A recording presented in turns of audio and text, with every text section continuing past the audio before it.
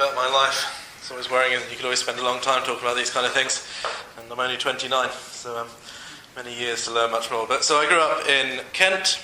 My parents still live there now, back in Rochester. I spent all of my childhood growing up there. I was very fortunate to grow up in a Christian family with Christian grandparents on both sides, so a real Christian heritage there. And that actually, looking back, is a real blessing. I knew that all four of my grandparents were praying for all of their grandkids, which obviously included me, every single day. And to know that you have grandparents who are lifting you up in prayer every day is such an amazing support. So I grew up going to church all of my life, Sunday school, all the way through. And I was baptised at 16. Probably a few years leading up to that was a bit of a tricky spot for me. I played a lot of sport as a kid, and God graciously has injured most of my major joints now, so I can't play sport much anymore. But sport really became my God in many ways. And I look back now with real gratitude to my parents, who never let me play sport on a Sunday. They'd let me play. I played a lot of hockey, was my main sport. They'd let me play 2, 3, however many games I wanted to on a Saturday. But Sunday was a no-no for sport. Sunday was church. I had to be at church in the morning. Although I found that really hard at the time because all of my friends were playing sport. I wanted to be playing sport on the Sunday. Actually, I look back now with real gratitude that they kept me there. They kept me hearing God's word being taught, singing praise to God and spending time with him. So at 16, I was a Christian. It'd be lovely, wouldn't it, if we could say that our life is smooth sailing from that point onwards. But I then went off to university. I went to Bath University, where I met Esther. I was still playing hockey at this stage. And my first year probably was a really rocky time for me.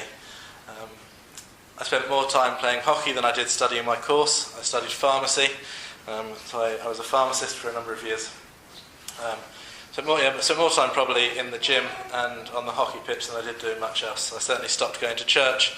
I didn't go to the CU. I really was a rocky stage for me until I ruptured the ligaments in my ankle, and then spent 2 years virtually unable to walk, really. Which, again, I look back with God's amazing graciousness to me, that in that he just drew me back to him. And words for me, both in my conversion and at that time that came to me, was from the song Be Thou My Vision, where you have the line, riches I need not, nor man's empty praise.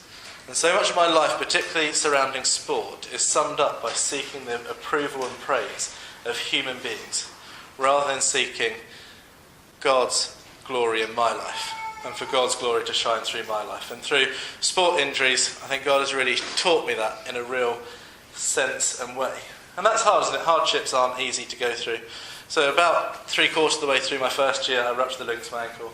And then I got drawn back into church and into the CU, and very quickly got really stuck into the CU, and served on committee as the evangelism secretary for a couple of years, which is a really enjoyable time, and a time where God really drew my heart even further towards him, and started to give me a real passion for ministry. Initially I thought overseas mission, but then as I got involved in a church in Bath, he actually showed me that actually my heart was more for pastoral ministry here in this country. Esther and I married at the end of her degree in 2012, where Esther then trained to be a teacher, and I worked as a pharmacist for a number of years. And then with the church in Canterbury, I spent 3 years training as a pastor in training, before I then moved to Manor Park in May in Worcester to become assistant pastor there. I think just through the entire thing, I can just see God's hand at work in my life.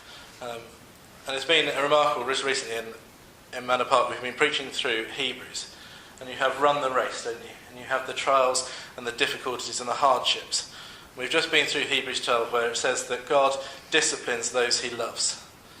And I can see that in my own life, that God doesn't discipline us to make our lives hard. He disciplines us because he loves us, just as a father disciplines his kids. It's not because they want to do it, it's because they love us. And I can see that God has used circumstances in my life to discipline me, to bring me to him. I'm so grateful now for those instances, and for a family growing up who showed me what real faith meant and the importance of faith in their lives. So as I've already been introduced, we're now blessed with 2 young kids, little Isaac and little Pippa, or even littler Pippa, and they're a real blessing to us. I think that's a brief summary of my life so far.